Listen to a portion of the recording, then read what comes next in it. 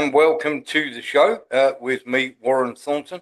We will have Lembit Opit with us in a short while. On Friday, we had the pleasure of Nick Griffin and enjoyed it immensely, as I'm sure many did. There are lots and lots of things we have to talk about tonight. I suppose the only place that we can actually really start sensibly is, of course, to do with all the things that are going on. Starmer to move the hotel migrants to military barracks. Now, very simply, they've been banging on about this, shall we say, being some sort of wonderful thing that is just going on and everything else. It is complete nonsense. We've been talking about the barracks and showing you videos and photographs of this for the last 2 and a bit years. They have been secretly building up on air bases, building up on old disused army bases. They have been revamping them. They've been building whole new blocks and lots of accommodation on these airfields, these air bases, and revamping some of the ones that are dilapidated and worn down. This was always going to happen. It was an idea of getting them ready for them to move in, and they are pretty much at that point. So anybody who thinks this is something that the government have just decided to do, they are absolutely talking nonsense.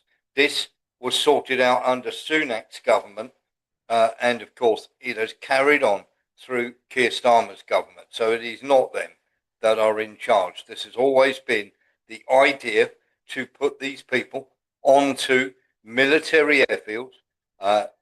Can only guess at what exactly they plan to do from there. And of course, it shouldn't come as anybody who's ever watched this show or has been on this show a long time will know full well that we've actually shown you people being arrested for filming on top of roofs and showing exactly what's going on in these camps. We've seen it over and over and over again, and it should come as no surprise. And anybody who thinks we are not in some way being, shall we say, getting ready to be forced out, or that this is a plan that they have in place, is seriously delusional and deluded. Okay, this is something that they, as I say, they've had in the planning for many months. In fact, as a few of us have already been talking about it. For many weeks and months, we have turned around and said, look, this is going on. Everybody needs to see this. And only now are the mainstream media trying to make out like this is some sort of mystery thing that we've suddenly cooked up. Lembit is about to join us, so we will just get him onto the show. And of course, Lembit Opit will be talking to us about this as well. So as we say, let's just get Lembit up here. So as we say, very simply, we reported on this over 2 years ago, well over 2 years ago, that they were revamping these barracks. All the fighting age males were going in there. We've shown you videos of them actually refurbishing these airfields. We've shown disused airfields where they've been building these purpose-built, shall we say, prefab knock-ups, and now that they're ready, they're moving them from the hotels into these barracks. But they've been in the planning for 2.5 years. Lembit, good evening. How are you? Greetings. Good to see you. Yes, not bad, I suppose, under the circumstances of a country which has decided that David Lammy should be the second most powerful, the most senior politician in Britain. I'm very interested in what you're discussing. Yes. We've been shown, as I say, anybody who's been a friend of the show, back in February and March, even January of 2023, we were showing that these prefabbed, shall we say, accommodations were being knocked up on British airfields. We even had videos. We were showing people videos of these as far back as 2023. People on roofs actually filming what was going on and getting arrested for it. This includes not only revamping, shall we say, lots of accommodation on airfields, but banging up these prefabricated. There's at least 6 airfields that we've shown you with prefabricated accommodation that can take up 200 people, and there are more around the country. So Lembit, when they're turning around and saying they're moving them from the hotels to here, and everybody in mainstream media is trying to make out like this is a brand new thing. This isn't. This has been in the planning for 2 years. I'm not surprised. The reality is that we have a government which has no control of our borders. It was Keir Starmer himself, the current Prime Minister, who promised to smash the people trafficking gangs. Very clear about that. We're going to smash the gangs. We're going to smash the gangs. Said it again and again. Of course, today, 30,000 people were registered to have crossed the Channel. Now, that's just the ones we know about. You ask anybody who lives in the southeast of England, anywhere near the coast, they'll tell you that there are orders of magnitude more people than that coming across in undocumented crossings. So the problem's been enormous. The current government is flaccid, is impotent to do anything about it. And the public's getting angry. In fact, it's so serious, Warren, that as I've predicted many times, the contract between the current Labour government and the public is breaking down. And there's vigilantism, there are riots, there are complaints, and there's a total lack of respect for Labour. So they're now doing a rearguard action to try to contain these people. But there are 3 questions that Labour has to answer. Number one, why are you keeping them here at all instead of literally just sending them back as soon as they arrive? Because they've broken the law and they've gone through a safe country, France, and the rules are simple. They've got to go. They've got no right for asylum. Second, why are you letting them walk around in our streets? We don't know who they are. They could be rapists and murderers. And indeed, we've just discovered one of these illegal immigrants in Epping who was found guilty of sexually assaulting a 14-year-old girl. So why are these people allowed to walk around? Why are they not physically being detained? And thirdly, why is it taking so long? If you start putting these people into essentially detention camps while they are being processed to go back, they're not going to come over. Why spend £3,000 if the odds are that you'll be back where you started within, say, 6 hours of arriving? Yeah, I think you're absolutely right. Mark Breckle. The worrying thing, I saw something online, there's a black dude, he said he's getting a passport, and then after that, he'll be able to vote. So if you have all these people voting, they're not going to get rid of them. Now, that's a really interesting point, Warren. I have highlighted this.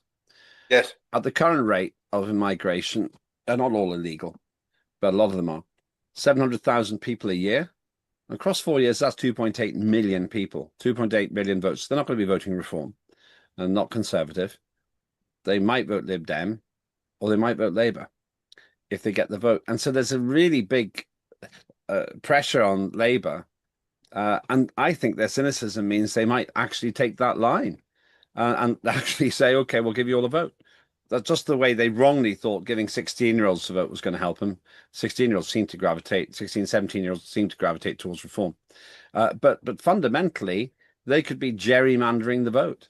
And 2.5 million votes were out of, say, 40 million. I don't know quite how many were cast last time. That's 6 percentage points.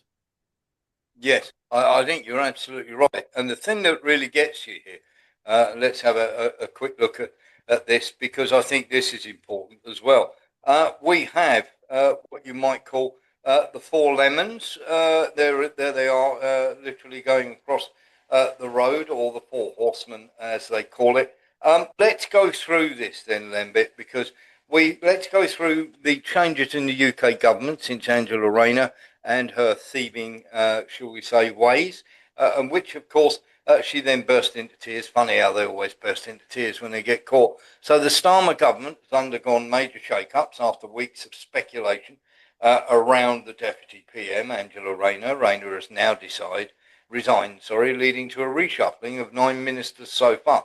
Those who have resigned from all positions are the Deputy PM, Angela Rayner, Leader of the House of Commons, Lucy Powell, and the Scotland Secretary of State, Ian Murray.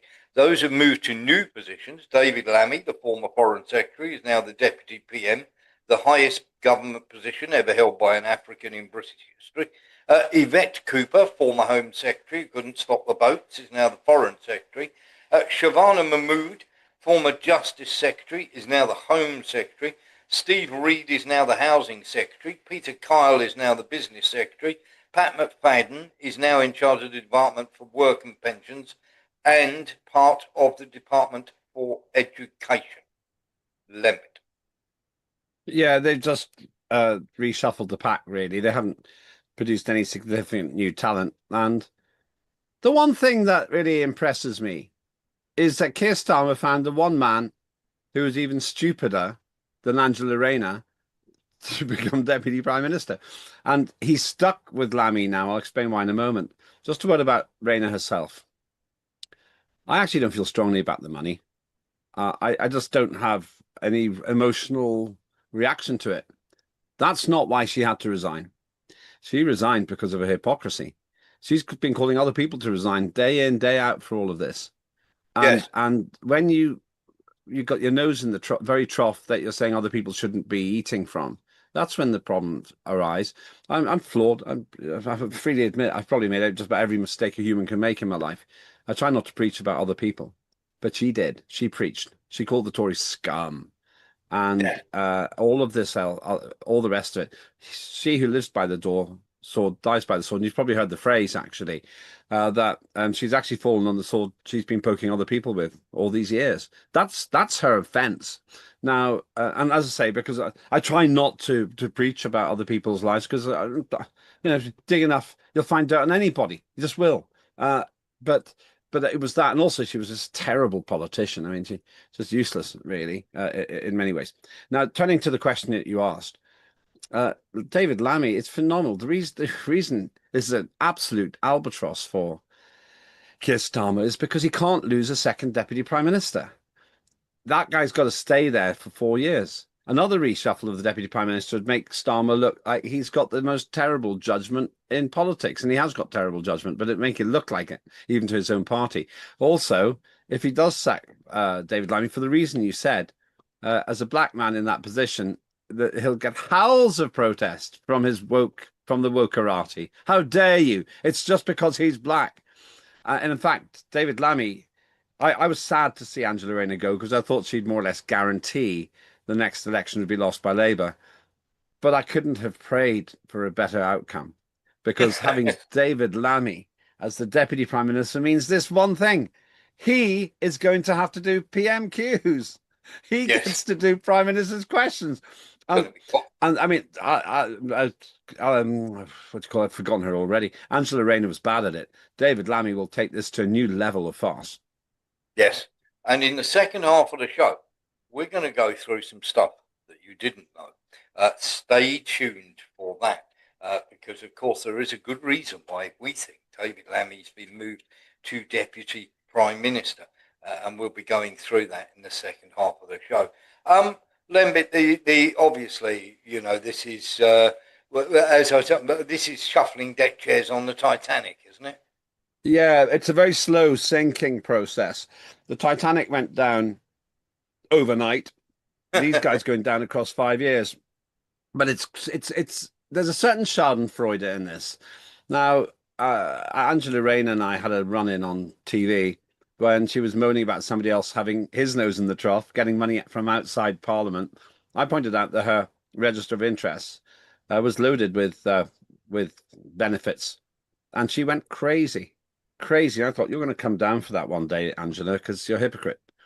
And that's what's happened. So a certain amount of Schadenfreude there. And once again, I don't mind other people making lots of money. I wish I'd realised how much money you could make outside Parliament. I just didn't realise. I probably would have done it more.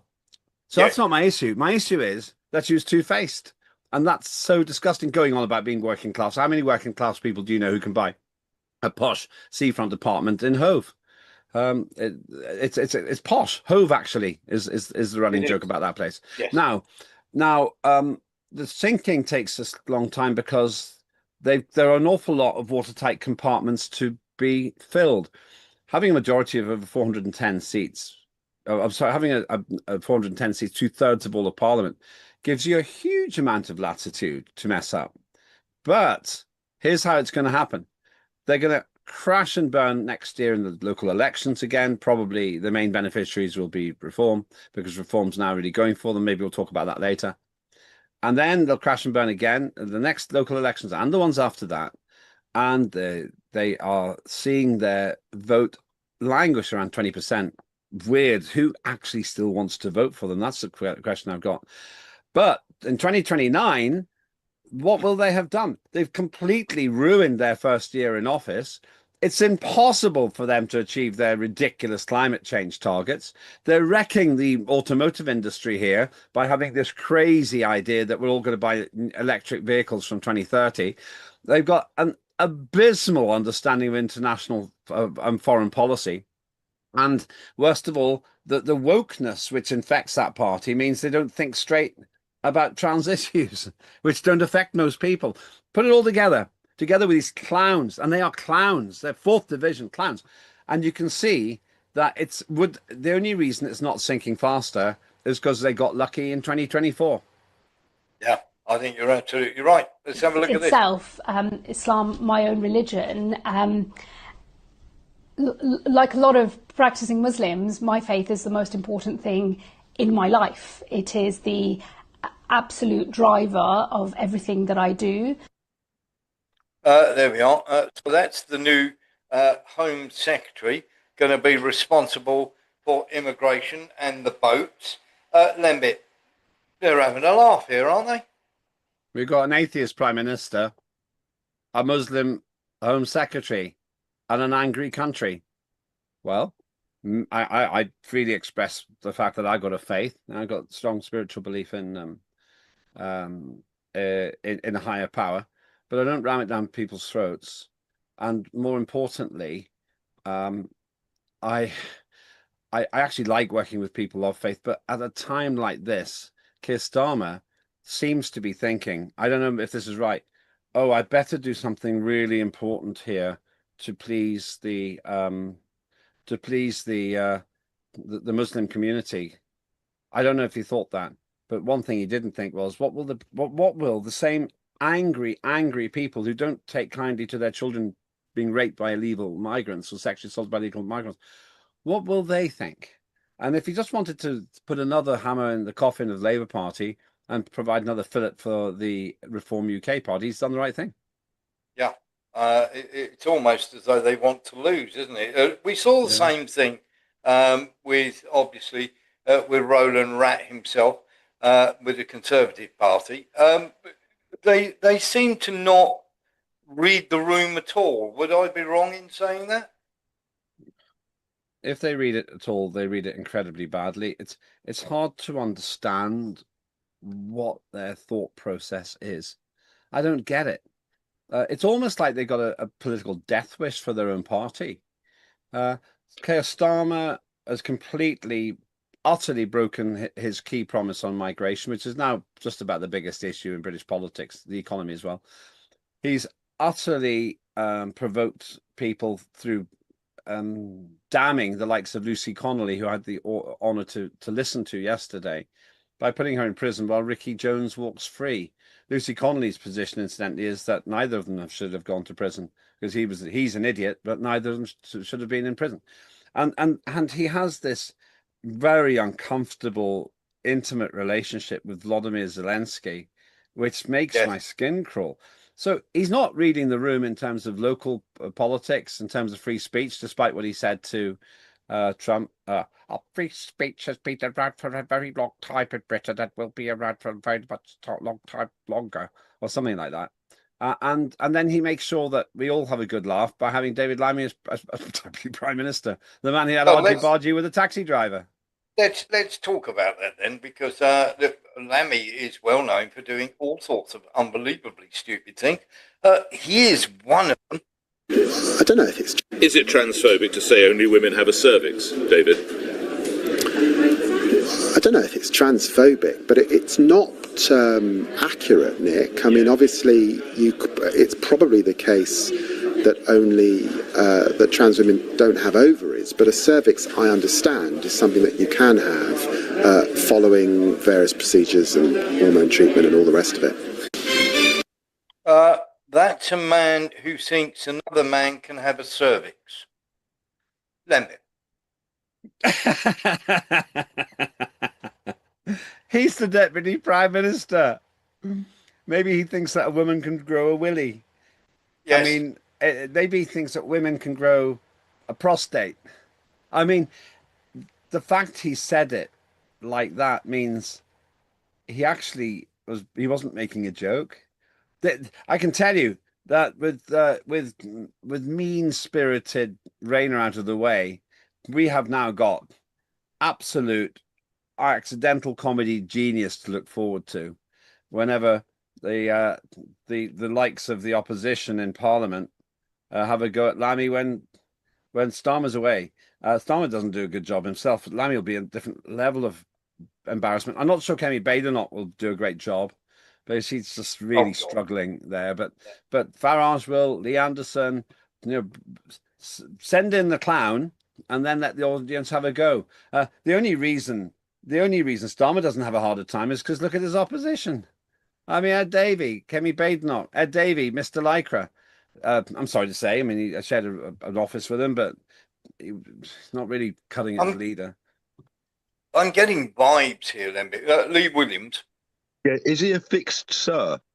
Sorry, a cervix. Sorry, I was talking about. Yeah, one of those. It is a fixer. He's trying to have a cervix. The thing, I'm getting terrible Monty Python vibes here. You know, it's symbolic of our struggle against depression. It's symbolic of his struggle against reality.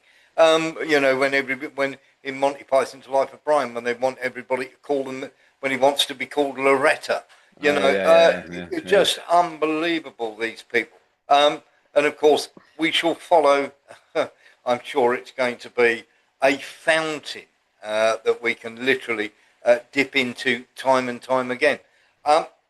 We need to move on to unbelievably serious matters that have come to a head. Now, the other day, I don't know if you remember, but we were talking to you about SEAL Team 6. Now, SEAL Team 6 were the people who supposedly went in and got Osama bin Laden. And of course, we never saw the body or anything else. There's still many, many people that don't believe for 1 second that they got the right guy. But of course, that is, should we say, all over the place. People are saying yes, some people are saying no, and nobody's been able to prove it one way or the other. Something we have been able to prove one way or the other. Let's have a little look at this. Dramatic new video of the moment 10 American sailors were detained by the Iranian Navy. Still aboard their patrol boats, their hands on their heads, their weapons seized. Iran said 2 U.S. naval boats had strayed into its territorial waters. But less than 24 hours after their arrest, the crews were released. Iranian Press TV aired this interview with one of the sailors who said they'd run into difficulty while en route from Kuwait to Bahrain. It was a mistake. That was our fault, and we apologize for our mistake. The Iranian patrol boat came out when we were having engine issues and had weapons drawn, so we tried to talk to them until more boats came out and took us in. It's not clear what circumstances the comments were made under and if they were made voluntarily. The Iranian behavior was fantastic while we were here. We thank you very much for your hospitality and your assistance. Video of the sailors sitting down for a meal while in custody does suggest they were treated well. Both countries are hailing the swift resolution as proof of improved relations. Now, that was ages ago when Iran and America were talking about nuclear. They were having a nuclear discussion about whether or not they should be allowed any nuclear weapons and everything else. And now we fast forward to the Pentagon's release that we told you about the other day, how a top secret SEAL Team 6 mission into North Korea fell apart. The 2019 operation, greenlit by President Trump, sought a strategic edge. It left unarmed North Koreans dead.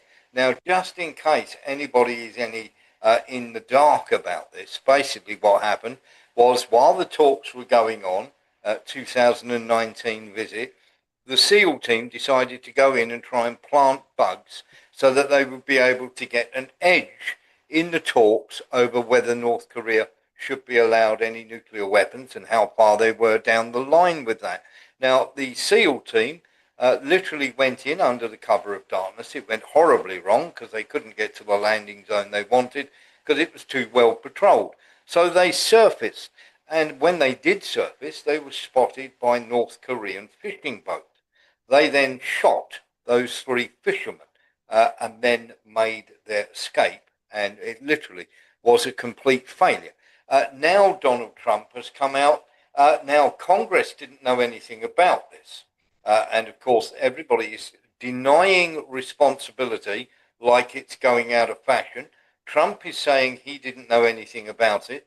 Literally, Congress is saying it was never notified. So what did happen with the botched Navy SEAL mission in North Korea that left unarmed civilians dead? As I say, it was a 2019 covert operation, personally approved by Trump, so they are saying, that went horribly wrong when SEAL Team 6 opened fire on unarmed North Korean shellfish divers, killing them during a failed eavesdropping mission. Now, the New York Times is reporting that 6 years after the mission didn't go as planned, the mission was to plant an electronic device, as I say, to spy on Kim. They killed civilians. They never planted the device. Trump now claims he didn't know anything about it, and Congress was never, ever notified about this. And we may have to turn around and say that when they had this before, we throw back now to the twice humiliated, because Iran shook the US Navy in January 2016. Iran's IRGC seized 10 US Navy Riviera Squadron personnel near Farsi Island in the northern Persian Gulf. These what you've just seen there. As American vessels entered Iranian waters. Now, the humiliating footage of US soldiers on their knees, hands behind their heads, went viral, dealing a blow to America's prestige. After intense US-Iran talks, the sailors were freed. Think that it's over? Think again. Iran had scored another PR win, while Washington took another hit, as the sailors publicly praised Iran's hospitality, as you saw then. Punished at home in 2016. The Navy punished 2 officers and 2 sailors from those crews who surrendered in Iranian waters. Their fault? They didn't follow the commander's guidance. Mistake or botched provocation? Well, the US claims the sailors accidentally entered the territorial waters, really. The timing raises suspicions, and the incident occurred just 4 days after Iran's nuclear deal, or the Joint Comprehensive Plan of Action. Remember that, it's called the JCPOA, came into effect on January the 16th. Now, was that an attempt to jeopardize the agreement? And the fact that North Korea have literally, this has just come out now about North Korea from the Pentagon itself. Whether they're trying to throw Trump under the bus, God only knows. But what we do need to do is we need to ask Lembit about both these things. Lembit. I'm quite fond of Iran. I've done a lot of work with Iranians, and they're pretty decent people. They got their issues. Believe it or not, Britain isn't the only place which has political problems. But the Iranians are smart. They have one of the longest standing civilizations on Earth. And they're a regional superpower. Nuclear weapons or no nuclear weapons, they tend to have to clean up the mess caused by the West when things like the Arab Spring to destabilize and replace regimes in the Middle East go crashing down. Indeed, it was a general who, in my view, unforgivably was assassinated, an Iranian general who more or less destroyed ISIL. So what we're seeing here is, in the very most positive interpretation, a catastrophic example of incompetence by the United States Navy. More likely, they were caught red-handed and with their military pants down. Yes. And of course, the Iranians know just how to capitalize on that. I would have to say that America is in a lot of trouble internationally now. the recent big convention in China and the military parade, that was a statement of intent. And meanwhile, we have this bumbling, embarrassing sideshow, which Iran handled very intelligently, actually. So what do I think? I think they were trying to get in there for some reason. I think that Iran's handled it really maturely, but it's basically saying, don't mess with the big guys here in the Middle East, and we're the big guys. Yeah, we have and of course we know that that's just going to come up more and more as we say, and of course American amphibious landing.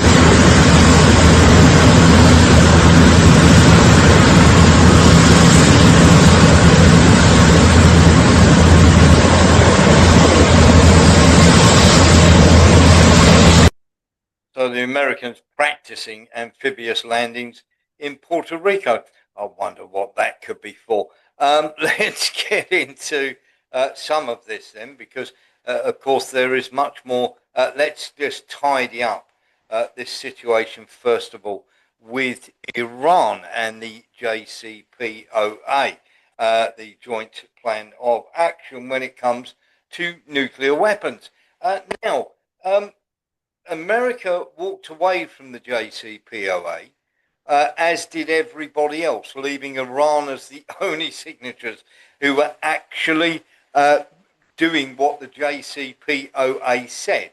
And now we find that the Israelis are scaling up their nuclear reactors and their nuclear warheads, and they are producing more and more of what they are accusing Iran of producing. Iran are the only ones who've actually stuck to this JCPOA. The Israelis have never signed up to it. They've never even admitted they've got nuclear weapons. And yet they are still giving them all sorts of grief. Lembit, this doesn't seem quite fair, does it? It's unfair because basically Iran nearly had that deal. And one of the things I think Donald Trump could have done better is finish that deal. He meant to be the guy who wrote the art of the deal. But somehow with Iran, he didn't feel like seeing it through. I was watching this almost from the inside because I was working at that time with Iranians 2 or 3 days a week. They were very politically clued up. In fact, I was doing current affairs with them. And I really thought this was going to work. One of the few things that I was really optimistic about, but then it got trashed.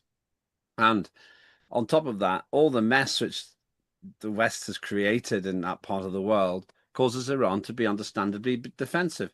Let's face it, they don't have to fear being bombed by America. They were bombed by America. And that brief tit for tat earlier on in 2025 indicates that Iran is completely justified in being concerned. Meanwhile, it's quite likely that the Israelis committed a rather impressive but cynical assassination activity in Iran. I think it may have been Tehran. Can't remember now. So they're right to be afraid. Where do we go with this? What I really want Trump to do is say, okay, let's stop this now. Let's make a deal. And I would say that Iran would be happy with that. You know, Iranians, what they want American cars. They like the American lifestyle. They kind of like America. They just don't like what America does. America is A-OK, but what America does is BAD. And we can actually change that. And it just takes the art of the deal. If the Ayatollah Khamenei and Donald Trump sat down and had a chat, that would be brilliant. Neither of them drink alcohol, as far as I know. Both of them are intelligent, and they're both mature grown-ups. That's what's missing in West European politics now. I think they could do it. And you know what? That opens a 90 million person market for the US of A, which is more than a quarter of the population of America. Yes, and while we're at it, the Iranians have suffered, came very close to suffering another blow, Lembit. Very simply, the US has considered banning Iranians from shopping at Costco during the UN meeting. That'll sort them out, won't it? What's that about? Yeah. Why? They're actually Is that a sanction? Yes. So they can go for breakfast at Tiffany's, but they can't go to Costco because it's cheap. What about Walmart? It is one of those. Do they have Lidl in America? Mark Newman says, as Israel have egg on their face, do you think they're ramping up nuke production to drag the West into World War III using Iran? Yeah, well, I think that it's unlikely to work because Iran only has to wait. Iran was there in China together with Russia, India, that's significant, and the rest. And what you saw in that absolutely iconic shot of President Xi Jinping walking surrounded by these people was the new order, the new world order. I'd like some of that. I'm quite interested in those countries. Oh, yes, of course, Kim Jong-un was there as well, of course. That's the future, walking right towards us through that camera. And I don't think banning Iranian delegates from Costco is going to change that. I'm sorry to say. They can still go down to Chinatown. Yeah, that's one of those, isn't it? Mark Breckle. Well, it just makes you laugh because, like, Russia and China are doing free visas, Belarus are doing free visas, then another country does a cup of Costco. Gentlemen, I've got to say I'm shocked. The fact that you are treating sanctions on Costco so hilariously it really does give me pause. It's I would say a staggering problem. I would say, if you excuse the mixed branding, it's tough on it's heavy on satire and little on sense. Yes, absolutely. Talking of something that's not satire, we just showed you the landings there because we thought it might just be a prelude to something else. So let's get into that then. Here's some Americans American geologists having a look for oil, Lambert, in Venezuela. It is one of those where we sort of look at it. We have to take this into account here because we got JD Vance. There's been a bit of a meltdown on Twitter between Brian Krasenstein and JD Vance. JD Vance killing cartel members who poison our fellow citizens is the highest and best use of our military. Brian Krasenstein saying killing the citizens of another nation who are civilians without any due process is called a war crime. Obviously, the boat that they blew up with 11 people in it. JD Vance said, I don't give a shit what you call it. We've also got Trump coming out. We don't know whether this is a sensible thing or not, but they're obviously calling it the Department of War and taking great pleasure in now doing that instead of the Department of Defense, which is something they're very much pushing. At least they're being honest about it, one could say. But we need to talk about Venezuelan oil because the 11th, or shall we say, according to the Americans and most of the West, Venezuela are the 11th biggest drug traffickers in the world. They're also the 11th biggest, shall we say, country with oil deposits. They're number 11 with the oil deposit, and they're 10th in mineral wealth. Nothing to see here, Lembit? Quelle surprise. I thought Venezuela was even further up the oil pecking order.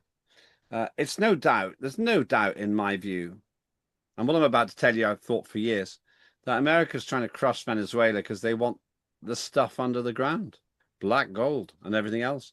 So they remorselessly destabilize Venezuela. They had some very famous and some very successful leaders. Hugo Chavez, in my opinion, controversial character, but apparently he was tremendously charismatic and loved by the people. And they were just driving it into the ground. I'm told that oil was 1 cent, or petrol was 1 cent a litre there, or something like that. 1 cent per litre.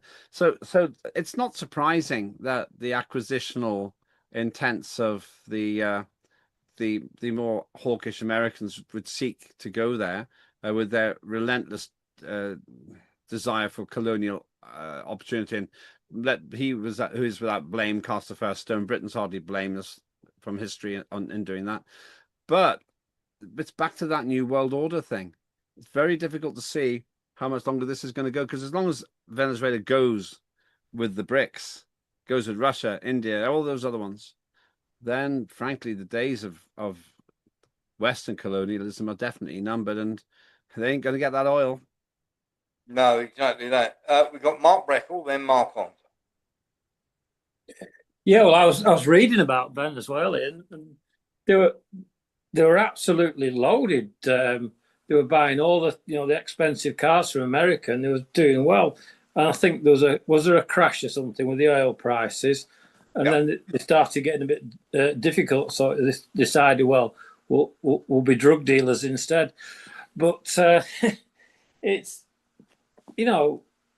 America should just leave them alone and just let them, get the country up and running properly. And that's what probably the BRICS will help them do. But we can't say that, can we? No, I don't suppose we can. Mark Onza. Slightly in the same region, Warren. I mentioned last year there's a company called Rockhopper Exploration who've got oil fields out in in Falklands. Yes. They were 15 pence a share when I mentioned it. They're currently at 87 pence a share. Spuds are down. They've got the oil wells. They're just waiting for offshore facilities and agreements to be made with Argentina, because they need Argentinian offshore facilities to get it all processed. So just an heads up again for everybody listening. I mentioned it last year at 15p. It's 87p today.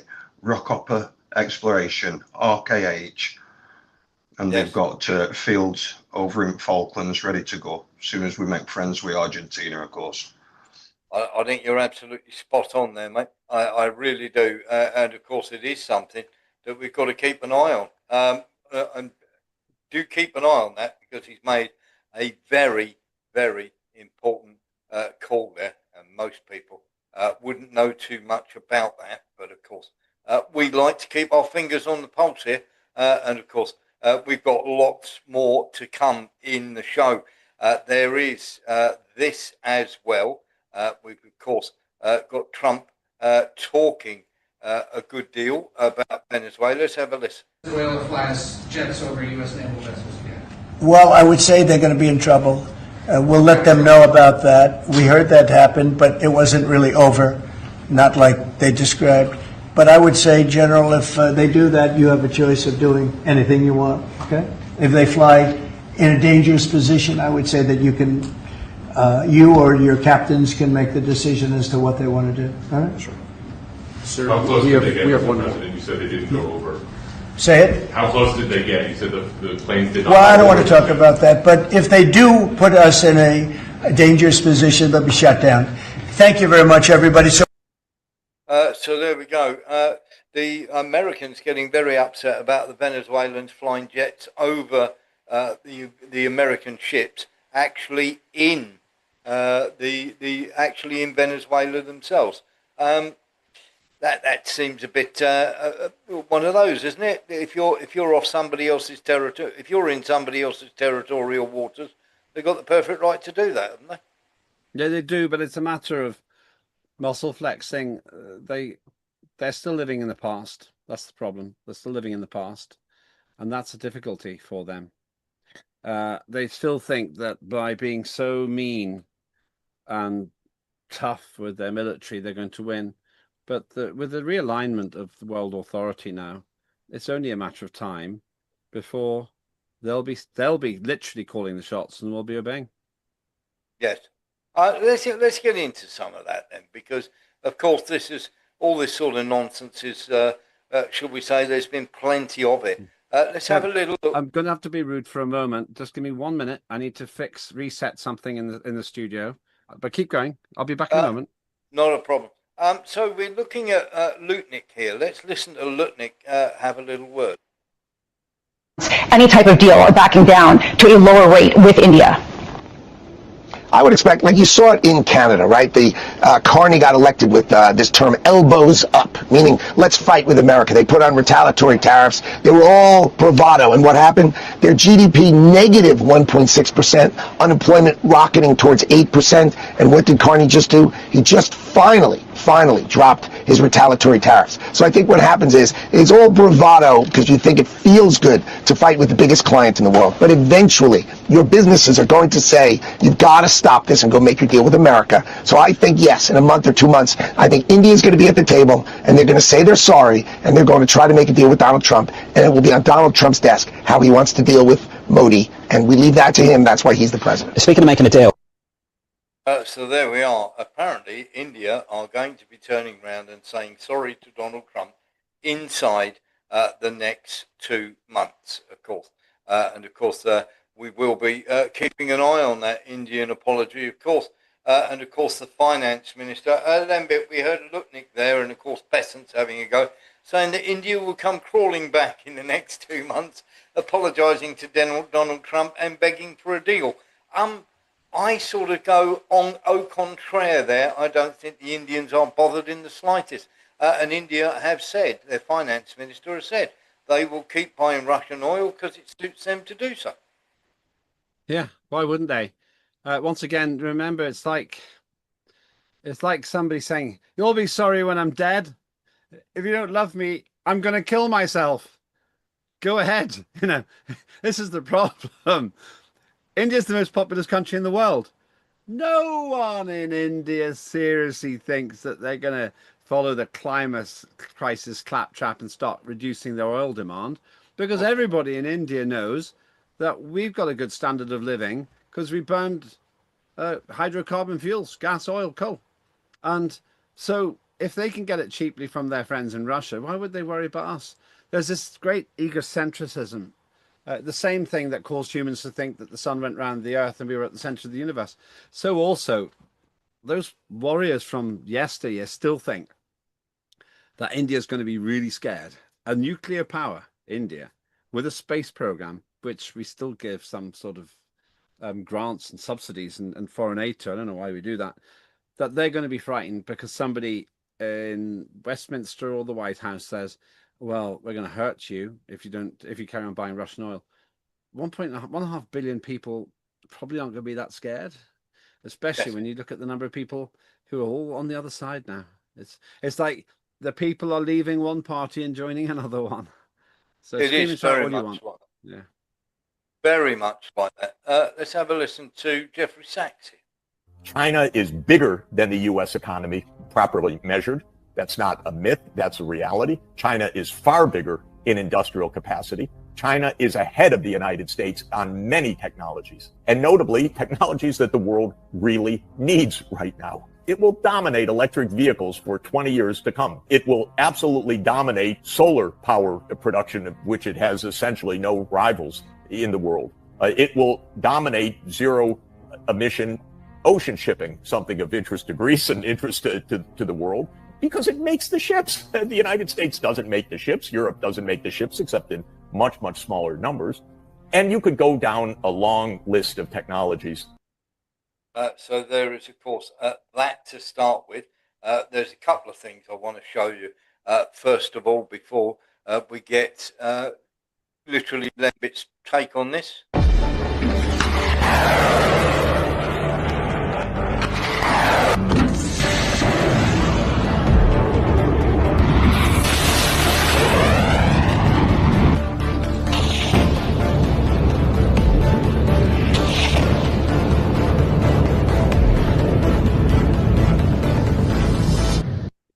Those are China's new air defense missiles, which can now be fired from obviously mobile radar vans. And they can stock at least 20 of those in each of those radar vans, and they're perfectly portable. That makes a big difference, doesn't it, from all sorts of things that we're hearing about the Patriot missile system, which is very clunky, very much tied to one place. The Chinese can just move these about on wheels and fire 20 of these, and they're deadly accurate, Lembit. Yeah, this is the problem the West has got. China versus the West, China wins. China versus anyone, China wins. And the point you've already made, China makes everything we buy, virtually, because they're good at it. And made in China used to be almost like a derogatory comment. Now, Made in China just means it's cheap. Not bad, it's cheap. Okay, some people go for single-use clothing and that sort of thing, but there's a whole different debate to be had there. But China makes it, and why would we think they wouldn't be able to protect themselves from our silliness? So yeah, I don't think anyone in China is particularly scared. The other good thing about China is Xi Jinping is a grown-up. He doesn't play the same childish game as the West. He just doesn't do it. It's just done in a calm way. And they more or less say, look, it shouldn't really take us on here because we're going to win. And let's just be friends. If you want to play the fight, then you go ahead and do it. But you will lose. By the way, I was very excited by the military parade. I love those hypersonic drones. Extraordinary. Great, weren't they? Great, absolutely great. Fantastic to see the what can be done. Mark Breckle. Oh, Western media saying that Kiev's air defence is wonderful and it just stops everything. So they don't need to look at China. Kiev's air defences, mate, couldn't stop Julian Clary on a Saturday night. Honestly, let's get very good. Let's get into this because we do need to talk about this because this I found. How can I put this? This was sickening. The Daily Telegraph and many other outlets called her the most dangerous 12-year-old in the world. This is Kim Jong-un's daughter, Lembit, who accompanied her father to China, getting to meet people for the first time. This is the whole of Western media here attacking a 12-year-old girl because she happens to, because she doesn't fit in or she doesn't happen to be aligned with Western values. She's never even opened her mouth. She's certainly not got a finger on the nuclear trigger. We've lost the plot here, haven't we, in mainstream media? Yes. This sort of nonsense, I'm reminded of it because I used to get told lots of things about me that I read, and they just make stuff up. Also, let's remember that the waning, there's a total solar lunar eclipse going on right now. Well, there's an increasing shadow over the same little pathetic collective of journalists and politicians who cannot accept that the West is losing its way. So then they start going at a 12-year-old girl. Honestly, it's actually offensive. It's offensive to say things like that. She seemed to me, I don't know her obviously, but she seemed to be a paragon of grace. And I have to say my opinion of Kim Jong-un went up because it looks to me that he's done a good job of parenting. I don't know much about his personal life at all. But to say he's the most dangerous 12-year-old in the world, no, the most dangerous adolescent in the world in terms of doing harm was Greta Thunberg, the ill-educated, autistic poster girl of the Green Movement. That's cost the world trillions of dollars. This girl hasn't. No, absolutely not. I'm sorry, I'm going to reset this once and for all because I don't want to lose. There's a risk I'll lose you. So bear with me for 2 minutes. Please carry on. And not a problem all will be well. Just bear with me a minute. It hasn't gone wrong yet, but it might do. So just bear with me. We're going to have a listen now to Ursula von der Crazy. Today I was in Paris, where we just had the meeting of the Coalition of the Willing. We discussed security guarantees for Ukraine, and it was a crucial meeting.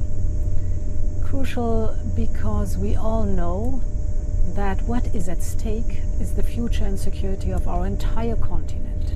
So, today there was resolve, but also concrete delivery. The leaders endorsed the work of their chiefs of defense and defense ministers. We will be relentless in our efforts to keep Ukraine strong, Europe safe, and achieve peace. The first and strongest line of security guarantees are strong Ukrainian armed forces with no restrictions. We must turn Ukraine into a steel porcupine, indigestible for present and future aggressors. That means standing armed forces that are strong, well-equipped and modern. Our defense industries are accelerating cooperation to make this happen. Europe will continue to train Ukrainian soldiers. Almost 90,000 have already been trained, and we have committed to do more. The second layer of the security guarantees are reassurance forces, including a US support. Today, 26 countries committed to such a reassurance force in the context of a ceasefire or a peace agreement. 26 countries willing to deploy force on the ground, in the air, or at sea. This should help secure lasting peace and deter future aggression. The third security guarantee is a strong and credible European defense posture. We need a surge in defense investment. And therefore it is good news that SAFE, our 150 billion euro defense fund, is fully subscribed with 19 member states participating. It's for joint procurement. Most of them will not only invest in their own defense industrial base, but also in Ukraine's. This creates good jobs in Europe. Our long-term structural answer to our defense investment is our new European budget. We have our eyes set on 2030. That is our readiness horizon. My final point is on putting an end to the bloodshed. Our sanctions are strong incentives for Russia to leave the battlefield and to come to the negotiation table. We want peace for Ukraine. My question for Ursula would be, did you take the train because you were struggling to fit in a GPS? Mark Onza. For Christ's sake, woman, get a rest. Can we just have potholes filled instead of this war all the time? Crikey Lord. I'm fed up on it, Warren. I know, Give the mate. war a rest and fill the potholes. I think people would be a lot happier.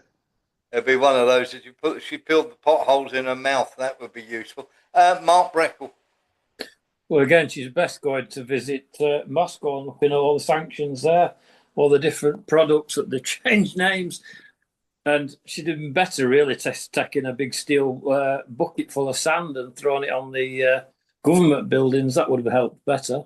Well, that's just one mark of the people, the females that are finished. Louis Bastos. Good evening, good morning. I just don't understand. Who voted for this nonsense? That's what I'd like to know. Nobody. We're trying our best to put our own lives together. We struggle to pay electricity and gas because there's so much green energy all over the place, and the prices still go up. No matter what they do, the prices never come down. And now they want to take all our money more and to build more defense for who? Russia is not interested in Europe. They want to keep NATO off their border. And that's what we already have Latvia, Estonia, and Lithuania on their border. They don't need Europe. Russia is too big to govern as it is. I mean, behind the rules, it's empty. They don't need more land. They're not Germans. They're not Nazis. The Nazis wanted it all. The Russians are different. They don't want the West. My opinion. Okay. Thank you very much for that, Louis. Kaya Kallis has been hit yet again. Not only did she have a go at the Chinese, and of course got roundly slammed by the Chinese for that, and dragged on social media everywhere for her lack of actual knowledge. So have a listen to this. Frau Kallis, I just read your autobiography. 432 irrelevant pages. 80% off in Estonia to $4.68. Not even available on Amazon. You know as little about the world as you do about diplomacy, foreign policy, or brain surgery. I expect greater insight from my hamster. I'll quote the most important lines from your work. I made eye contact with this younger Air Force pilot. Afterward, I went to the bathroom. That was, shall you say, basically somebody absolutely dragging Kaya Kallis. And of course, Kaya Kallis and Alex Soros there together. Now we haven't just got that for you, Lembit. We would like something, Ursula von der Leyen. We would like something on Kaya Kallis because these women are a complete screw up, and we'd like to get your ideas on them. But there's one other to go, and then you can comment on all three of them. Annalena Baerbock. She's back. Good old Baerbock is back in the Big Apple. Let's have a look at her self-promoting video, shall we?